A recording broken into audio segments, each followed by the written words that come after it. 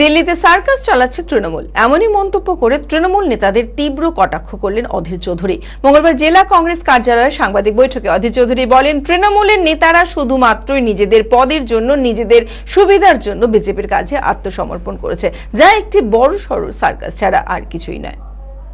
মানসিক স্বাস্থ্যের জন্য সবার আগে যে নামটি মনে ভেসে ওঠে, সুস্থ মনের ঠিকানা মনোবীক্ষণ। যোগাযোগ নাম্বার 7477799513। দেখুন, দিল্লিতে সার্কাস চলছে, তৃণমূল সরকার। যার ইচ্ছা সার্কাস দেখে নাও। সার্কাসের জোকার আছে, সার্কাসের ট্র্যাপিজের খেলার লোক আছে, ধান্দাবাদ আছে, সব দেখে নাও।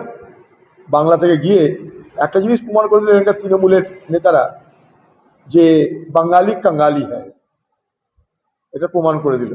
শুধুমাত্র পদের জন্যে, ধান্দার জন্যে তারা নিজেদের সর্বস্ব বেচে দিয়ে তারা সারেন্ডার করছে, আত্মসমর্পণ করছে বিজেপির কাছে।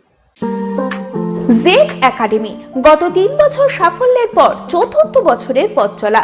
2026-27 শিক্ষাবর্ষে অনলাইন ও অফলাইন ফর্ম ফিল আপ চলিতেছে।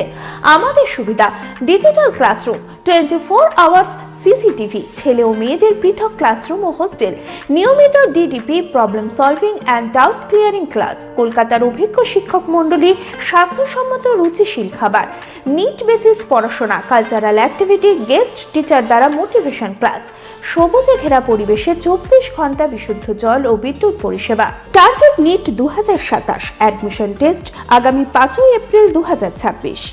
2027-এর নিট ও জেইই পরীক্ষায় সফল হতে আজই আসুন জেড একাডেমিতে।